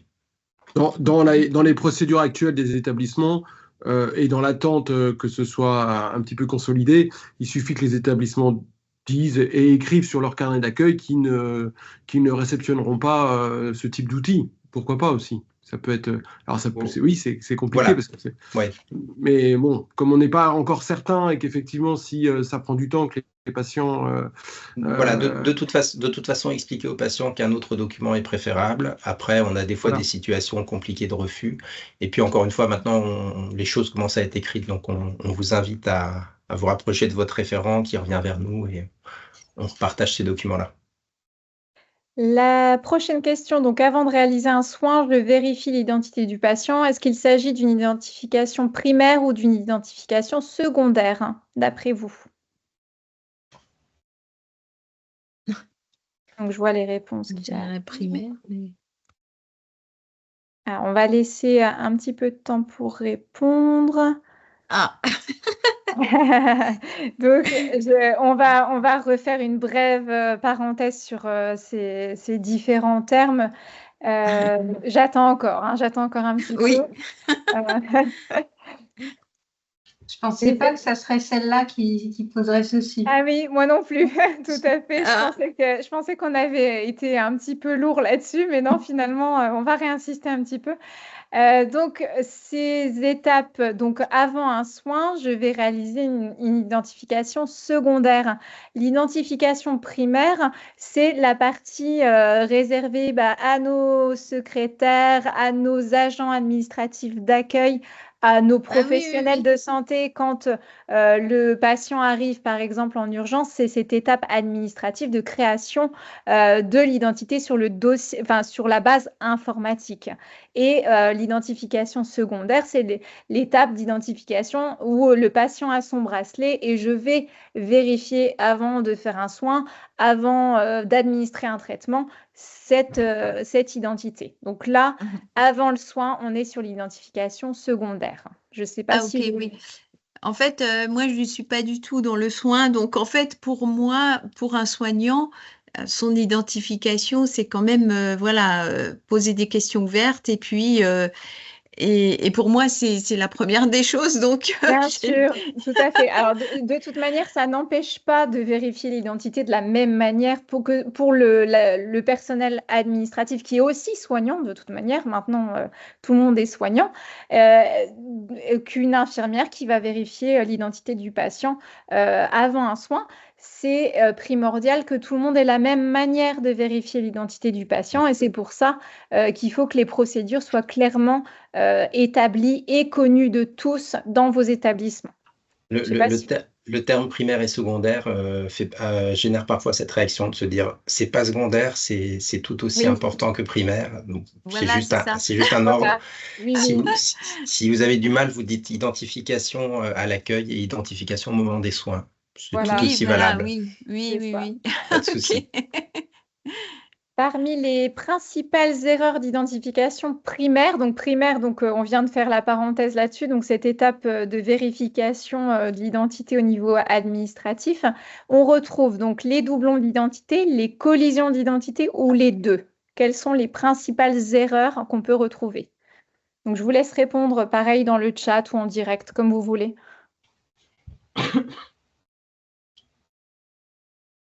Donc je vois les réponses qui arrivent. Oui, donc là, celle-ci, elle n'a pas posé de Pas de problème a difficulté. priori. Donc effectivement, on est bien sur les deux types d'erreurs qui peuvent arriver. Docteur Etienne a développé le sujet tout à l'heure. Donc on va passer à la prochaine question. Les erreurs donc d'identification secondaire, donc cette fois-ci avant la réalisation d'un soin, correspondent donc aux EIAS, aux EIGS ou les deux. Donc, je vous laisse répondre.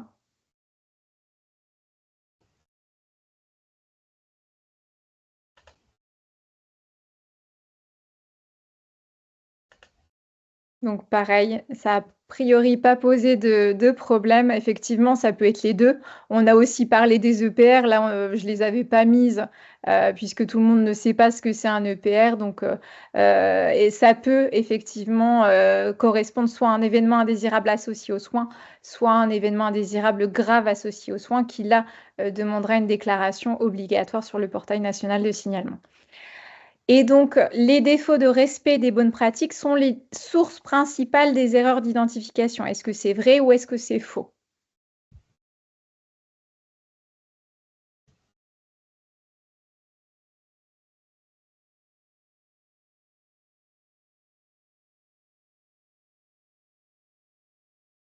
Écoutez, ça paraît clair pour tout le monde. Effectivement, hein, comme on l'a rappelé, ce sont des erreurs évitables.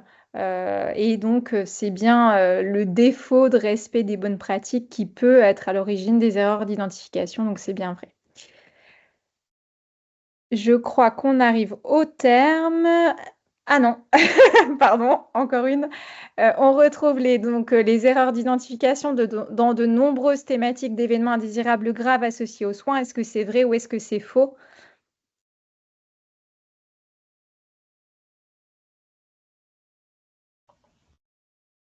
Donc super, je vois les réponses. Donc oui, effectivement, Olivier vous l'a dit, hein, on peut retrouver donc toutes ces erreurs d'identité que ça soit au niveau des erreurs au bloc opératoire, des administrations de médicaments, que ça soit dans plein de thématiques différentes, on peut retrouver ces erreurs d'identité. Je vous remercie pour votre participation à ce quiz. J'espère que ça vous a plu.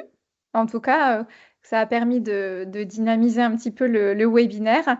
Et maintenant, on va vous laisser place pour nous poser vos questions, que ce soit Dr Martin, Dr Étienne, Ségolène ou moi-même. Donc, vous pouvez poser vos questions soit dans le chat, soit en levant la main ou en intervenant directement. N'hésitez pas. On a quelques mains levées déjà, je crois.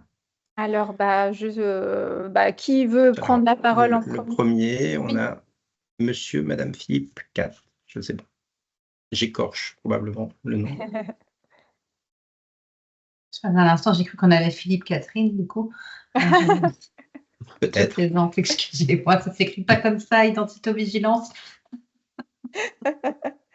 On vous laisse intervenir du coup pour les personnes qui ont des questions à nous poser. Allez-y, vous pouvez prendre la parole librement, il n'y a pas de souci.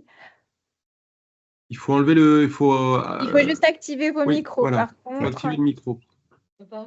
Bonjour, Ah. Bonjour. Bonjour. Sophie Perry, je suis cadre de santé en imagerie. On est connectés à plusieurs dans une salle, donc je suis aussi avec des professionnels du bureau des entrées. On a une grosse problématique d'identito par rapport à l'accueil des CLAT.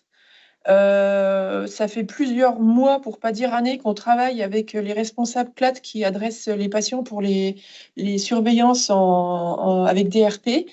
On n'arrive pas à trouver une organisation qui nous sécurise l'accueil patient, à savoir qu'on a une liste, je dirais, primaire de patients avec des noms, des prénoms, des dates de naissance. Progressivement, avant les rendez-vous, les noms sont modifiés, mais sans sécurisation, puisqu'on n'a pas de document officiel pour nous assurer que c'est la bonne identité du patient. Et pour aller plus loin, le sexe du patient non plus. Et à l'arrivée du patient pour son examen, souvent, on a remplacé le patient par quelqu'un d'autre de sa famille ou pas, du même sexe ou pas. Et c'est une véritable problématique à la fois pour le bureau des entrées de savoir qui a été accueilli, et pour les secrétaires en imagerie, et pour les manips en imagerie, de savoir qui a réellement eu l'examen.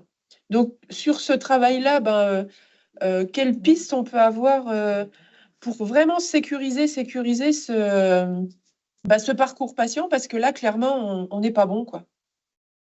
Je ne sais pas qui veut répondre, docteur Étienne. Je vais commencer, Ségolène, si tu as d'autres idées, tu m'interromps. Hein, mais dans ce que j'entends, ma première réaction, c'est de chercher à comprendre le pourquoi. J'imagine qu'on n'intervertit pas de patients pour le plaisir de vous mettre dans la panade. Donc, quelle est la raison pour laquelle le CLAT vous envoie une autre personne que la personne qui était programmée? Régulièrement, c'est un refus du patient ou un patient qui ne se présente pas à son examen. Et comme nos vacations CLAT sont programmées de façon limitée, hein, c'est 20 patients par 20 patients, souvent pour ne pas perdre une place, on adresse un autre patient parce que on a déjà une grande complexité de planifier ces vacations-là. Vraiment, parce que moi, ça m'oblige, quand j'ai une vacation CLAT, c'est tout un contexte de bio-nettoyage derrière qui est particulier. Et pour le coup, pour ne pas perdre une place sur cette vacation, on met un autre patient, en fait. Ok, donc en fait, dans le processus tel qu'il est optimisé, la liste de patients ne pourra jamais être fiable si je reprends ce que vous décrivez comme processus, parce que vous décrivez une contrainte de plage pour des raisons de bio-nettoyage et autres tout à fait compréhensibles. Vous décrivez une contrainte de plage, une recherche d'optimisation de la plage avec potentiellement, j'imagine, des listes d'attente et derrière des personnes qui se désistent au dernier moment et on cherche à optimiser.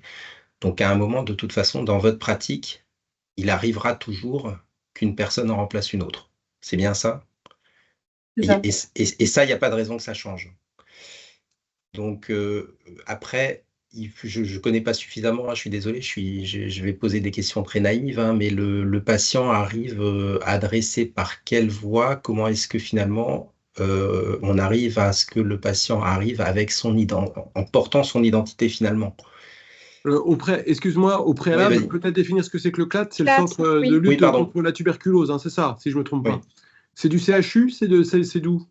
Non, c'est d'établissement centre hospitalier de Remiremont vers Saint-Dié. D'accord. Donc, c'est pas le même dossier médical. C'est pas le même dossier. Voilà, ouais. Donc c'est important de le préciser parce que Tout à fait. sur un dossier identique, ça aurait peut-être simplifié effectivement ces problématiques d'identito-vigilance. Ou en tout cas, il aurait fallu tenir compte de l'identité déjà existante, oui, tout à fait. Ouais. La problématique aussi, c'est l'identification spécifique sur les ordonnances, puisque parfois c'est illisible. Ou en tout cas à une lettre près, on sait que voilà, hein, l'identito c'est aussi ce paramètre-là. Et quelquefois, on a beau demander aux patients, alors là aussi, hein, la barrière de la langue est très très complexe. On a quelques traducteurs sur l'établissement, mais ça reste quand même complexe.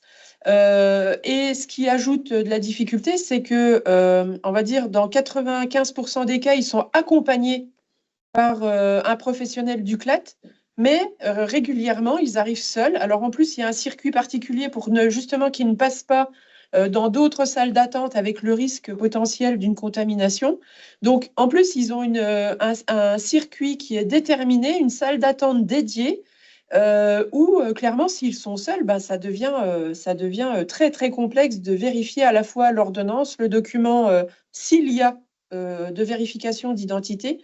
On a vraiment une composante de vérification qui est très, très compliquée et qui est la même pour le bureau des entrées qui, quelquefois, nous accompagne aussi dans cette démarche et, pour le coup, rend très dangereuse pour moi la démarche. Le questionnement en amont, c'est vraiment de pouvoir dialoguer avec le CLAT pour savoir est-ce qu'on peut avoir mieux que ça? Je pense que dans un certain nombre de cas, avec la meilleure volonté du monde, le CLAT n'aura pas forcément plus d'informations. J'imagine que la population prise en charge est une population aussi qui peut être particulière, avec une absence de documents d'identité, avec une déclaration enregistrée au dire du patient, que ce soit sur l'ordonnance ou chez vous à l'arrivée dans le système d'info. Là où le sujet le plus important, je parlais tout à l'heure vraiment du rapprochement d'identité entre deux structures, c'est effectivement que une fois qu'on a recueilli avec les moyens dont on dispose une identité, on arrive à la conserver entre deux structures. Donc, comment faire circuler ça? Je suis là comme ça, sans aller sur le terrain et sans dialoguer avec le CLAT, ça me paraît compliqué d'aller beaucoup plus loin. J'entends la problématique, on a besoin peut-être d'échanger avec le CLAT et si vous voulez de vous accompagner dans l'échange avec le CLAT pour voir comment eux récupèrent l'identité. J'entends des ordonnances avec une écriture illisible, c'est le genre de choses effectivement sur lequel il faut qu'on comprenne pourquoi c'est pas sous format d'étiquette et d'identité imprimée et saisie informatiquement et imprimée plutôt que retranscrite manuellement, si je comprends bien. Donc voilà, ces éléments-là à lever. Après, la problématique du patient avec une barrière de la langue qui ne possède pas de pièce d'identité pour justifier de son identité et qui va potentiellement pouvoir exprimer des choses différentes d'une structure à une autre, qui en plus vient par lui-même dans les deux structures sans qu'il y ait un lien formellement fait avec un document remis au patient et le patient se présente avec ce document-là. Dans ces situations-là, je crois qu'on atteint les limites des barrières qu'on peut mettre et de la vérification de l'identité. Mais avant d'en arriver là, on a un certain nombre de barrières à travailler avec le CLAT probablement. En tout cas, on est disponible, Ségolène ou moi, pour Oui, faire un je point vous invite d'échange. à nous envoyer un mail à idv, je vais le mettre dans le chat, hein, idv@pulsi.fr pour qu'on reboucle ensemble et qu'on essaye déjà de mettre un point d'échange avec le CLAT pour essayer de définir des process un peu plus stricts, plus qualitatifs. Voilà, je vous mets dans le chat, hein. Ok. Merci. Alors, il y a encore des mains levées. Je vous laisse intervenir en prenant la parole, si vous voulez bien, pour les mains levées. Alors, je vois pas le nom entier. Alice Yeah. Rousseau. Oui, c'est ça. Madame Rousseau, elle a posé la question dans On a le posé la chat. question dans le chat, on peut peut-être pardon. prendre la question. Et ça va un peu avec la question également peut-être de Madame Scharf à Saint-Nabord. C'est par rapport aux patients qui ne souhaitent pas utiliser l'identité finalement présente sur leur pièce d'identité. Pour Madame Rousseau, c'est un patient qui souhaite utiliser son deuxième prénom de naissance et pas son premier prénom de naissance. Et pour la clinique de Saint-Nabord, c'est des patientes qui ont divorcé ou qui viennent de se marier et la CNI n'est pas à jour.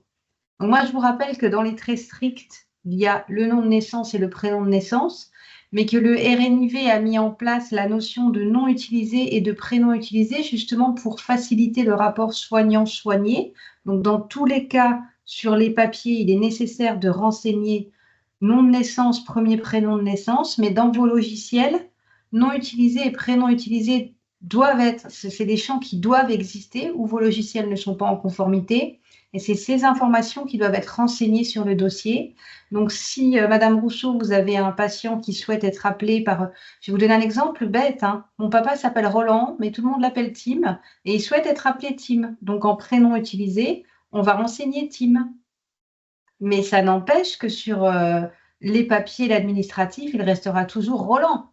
Et au niveau de l'INS, il restera toujours Roland. Et au niveau de la question de la clinique Saint-Nabord, il n'y a pas eu de position ferme et définitive au niveau des référents régionaux en identité-vigilance. Chaque structure applique sa procédure par rapport à ça. Certaines cultures sont vent debout et disent que la question ne se pose pas pour les hommes mariés, donc ça tombe que pour les femmes et c'est pas juste. Et donc ils mettront au dire de la patiente. La patiente ne souhaite pas, parce qu'elle a divorcé, utiliser le nom d'épouse présent sur la carte. On ne renseigne pas et on renseigne en nom utilisé ce que dit la patiente. D'autres structures sont beaucoup plus strictes, comme le CHU de Nancy par exemple, qui écrira exactement ce qu'il y a sur la pièce d'identité. Là, le RNIV vous indique qu'il existe bien la notion de non utilisé, mais après, on peut juste faire des recommandations. Ça, c'est un choix au niveau de la structure. Arnaud, tu peux me...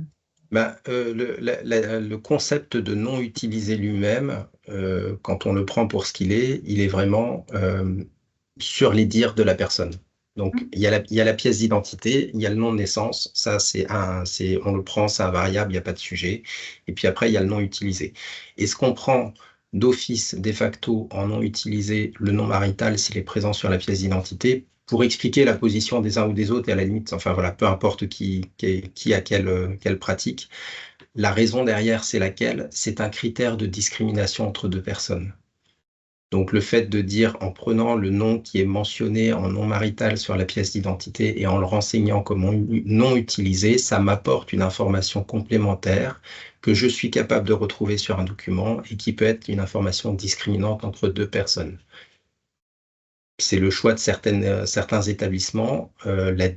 Encore une fois, la difficulté qui, à mon sens, est tout à fait entendable, c'est les situations pour lesquelles les patientes vont dire ce n'est pas le nom par lequel je souhaite qu'on m'interpelle, qu'on me parle, qu'on dialogue avec moi dans ma prise en charge, tout au long de ma prise en charge, et le nom utilisé a cette vocation-là d'être le nom qui permette le dialogue avec les professionnels.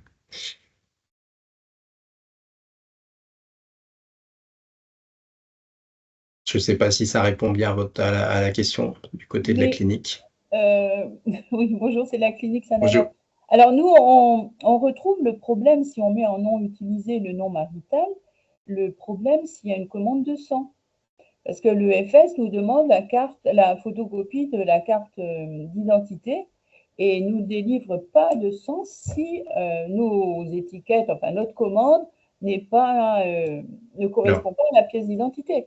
Donc, c'est pour ça que nous, on garde le nom de naissance dans ce cas-là. On ne met que le nom de naissance. Oui. Voilà. Et donc, après, ça engendre des problèmes avec les patients. Ils ne sont pas contents. On va partager avec tous ici. On a eu beaucoup d'échanges avec l'EFS. On a eu un travail extrêmement approfondi avec la référente nationale de l'EFS. A priori, je ne vais pas dire a priori, les consignes sont maintenant claires entre l'EFS et les établissements. Du côté de l'EFS, les consignes doivent être claires et ce type de situation ne doit pas générer de blocage. Donc, je vous invite vraiment à nous faire remonter toute difficulté, mais sans attendre encore une fois l'événement grave. Donc, un retard au délai de la délivrance, un échange sur « c'est pas conforme, je ne délivrerai pas », je vous invite vraiment à nous le faire remonter à Ségolène et à moi, ou à Ségolène sur la balle IDV, c'est très bien, on est en connexion tous les deux, il n'y a pas de problème. Donc, faites-nous remonter si vous avez encore ce type de situation. On essaye de faire passer le message à chaque fois qu'on est interpellé là-dessus que les consignes ont été données par le national vers l'ensemble des EFS et que ce type de situation de refus de délivrance sur une discordance sur le nom utilisé ou sur le prénom utilisé ne devrait plus avoir lieu. Je le formule comme ça, Ségolène, je crois que c'est... J'ai mis en fait un extrait, il y a un flyer qui a été produit par l'EFS et l'ARS Grand Est. On a eu une réunion avec un docteur de l'EFS qui est venu présenter ce flyer aux membres de la cellule opérationnelle des référents et il est bien noté sur ce flyer. Si le nom utilisé ou le prénom utilisé n'apparaissent pas sur un des documents fournis ou s'ils sont différents, c'est bien votre cas, cela n'est pas bloquant, mais une enquête doit être effectuée auprès du service pour lever le doute sur une collision. Donc, ils ne doivent pas vous refuser une délivrance de sang. Mais s'il y a quoi que ce soit, vous revenez vers nous et on vous indiquera une procédure. Il y a une personne à contacter sur l'EFS sur votre structure EFS référente pour débloquer la situation. Et effectivement, la seule situation, c'est celle qui est évoquée dans ce message, c'est le risque de collision. C'est-à-dire que l'EFS, il faut juste, quand on se positionne de leur côté, ils ont les millions d'identités de tous les établissements. Et donc, à un moment, des Jean-Pierre Schmitt, ils en ont un paquet. Donc, la problématique encore une fois, le nom utilisé ou le prénom utilisé vont être des critères discriminants pour éviter une collision. Donc, ça peut être au motif d'éviter une collision, ils peuvent revenir vers vous. Mais ça ne doit pas être un facteur bloquant en vous demandant de modifier votre identité. Ça ne devrait pas être le cas. De toute façon, encore une fois, les réponses comme ça, unilatérales, sont toujours très compliquées. Donc, ça ne devrait pas être le cas. Mettez-nous dans la boucle, on discute et on comprend avec l'EFS quelle est la problématique qu'ils peuvent avoir en face. Ça vous va? Oui, merci. Merci. Alors, je vous invite pour les personnes qui ont levé la main à baisser la main juste pour qu'on soit au clair sur les demandes, les questions. Comme ça, on peut encore répondre aux questions qui sont en suspens. N'hésitez pas à intervenir, ouvrez les micros, posez les questions en direct, ça sera peut-être plus simple. Donc, il y a encore une main levée, je crois. Alors, il y a une main levée, du coup.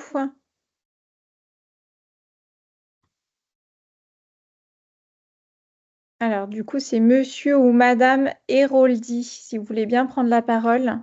Je crois que c'est un groupe. Ou baisser la main. Ou baisser la main s'il n'y a pas de questions en suspens.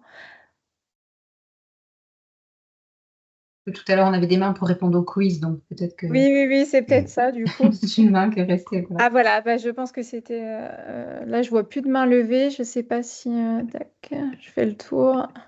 Alors moi, j'ai une question. Olivier. Non, mais sur l'anonymisation des patients qui arrivent en demandant une anonymisation dans un centre hospitalier, et ça m'est arrivé personnellement en fait, et qui souhaitent faire et pour lesquels on fait des examens complémentaires hors de cet établissement. Comment ça se passe? Parce j'étais bien ennuyé avec ça.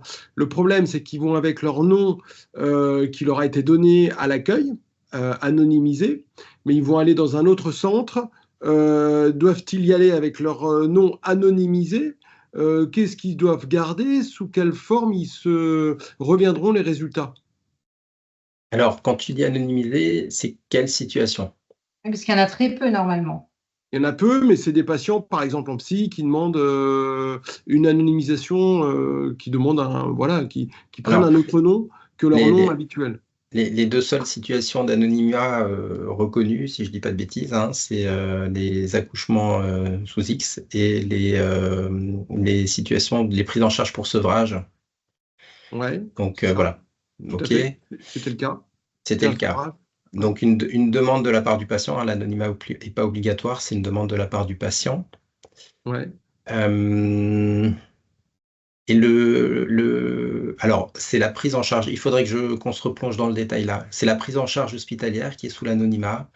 C'est un patient donc hospitalisé pour sevrage, pour lequel il y a une imagerie à faire dans un autre établissement. L'établissement receveur n'avait pas d'imagerie, il n'avait pas la possibilité de faire un scanner. Il y avait nécessité de l'envoyer faire un scanner ailleurs. Ma question est avec quelle identité il va finalement faire son scanner ailleurs? Exactement. Écoute, je n'aurais pas la réponse à la volée. Ah, je t'ai piégé. Oui. Il faut qu'on aille creuser ça. Alors, ma réponse a priori, mais il faut pas la prendre comme une réponse définitive. J'étais a priori sur pas d'anonymat dans l'imagerie. Mais ça veut dire qu'il faut pouvoir recoller le résultat avec l'identité anonyme. On a eu le problème, hein. C'était un cas et j'avoue qu'on a eu ce problème où le patient est quand même parti avec son identité, donc sa véritable identité dans l'établissement extérieur. On n'a pas eu trop le choix en fait de faire comme ça. Et on a recollé les résultats à son nom.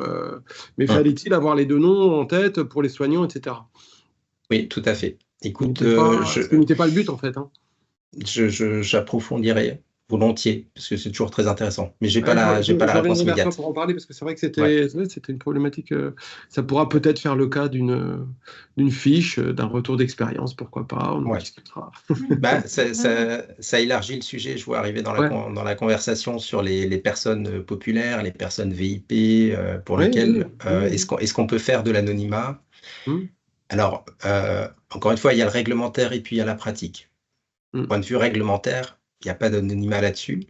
D'un point de vue réglementaire, vous avez l'obligation de garantir la confidentialité des données. Et quand on met tout ça bout à bout, en termes d'organisation et de pratique dans les établissements, mais c'est une organisation d'établissement, il peut y avoir des décisions de garantir la confidentialité de la donnée avec des procédures qui amènent à une identité autre. Ça peut être des organisations que vous pouvez avoir. Il n'y a pas de consigne là-dessus. Il y a des pratiques observées. Le vrai risque, on y est encore une fois, le risque derrière, finalement, ça reste toujours une évaluation des risques entre le risque de rupture de confidentialité et le risque de qualité et de sécurité des soins. Quand vous dites une personne pour laquelle on pourrait faire de l'anonymat, est-ce que vous reprenez le dossier complet, vous accédez à l'intégralité des antériorités de la personne? Encore une fois, c'est compte rendu des hospitalisations précédentes. Vous modifiez cette identité le temps de l'hospitalisation pour que ça reste une forme d'identité entre guillemets sécurisée. Merci Ségolène. Voilà. Quelle est l'organisation que vous avez en interne dans un objectif de garantir la confidentialité des données? C'est ça le questionnement. Ou est-ce que vous recréez une nouvelle identité complètement anonyme, pour avoir eu à le gérer typiquement quand on sait qu'il y a une personnalité connue dans l'établissement. En général, l'identité anonyme, c'est la première identité pour laquelle on va se dire « tiens, c'est lui ». Donc, c'est même des fois, même pas forcément la bonne solution que de se dire je vais mettre XY en nom et en prénom chez mon patient qui est en réanimation, parce que tout le monde sait que cette personnalité est en réanimation et parce que tout le monde sait que XY, du coup, ce sera lui. Donc, c'est vraiment une réflexion interne et j'ai envie de dire, je ne suis même pas sûr qu'il puisse y avoir une procédure très précise là-dessus, hormis une procédure de situation de crise et de gestion au cas par cas, parce qu'il faut concilier la continuité, la sécurité des soins et la garantie sur la confidentialité des données. Ok. Bon, c'est un sujet sur lequel on pourra peut-être creuser, effectivement. Oui, effectivement, oui. Pour la réalisation d'un travail complémentaire, parce que bon, voilà. C'était un cas particulier, j'avoue. Oui, très bien. Est-ce que vous avez d'autres questions? Éventuellement, prenez la parole ou mettez dans le chat la question et puis n'hésitez pas, on a encore quelques minutes pour y répondre.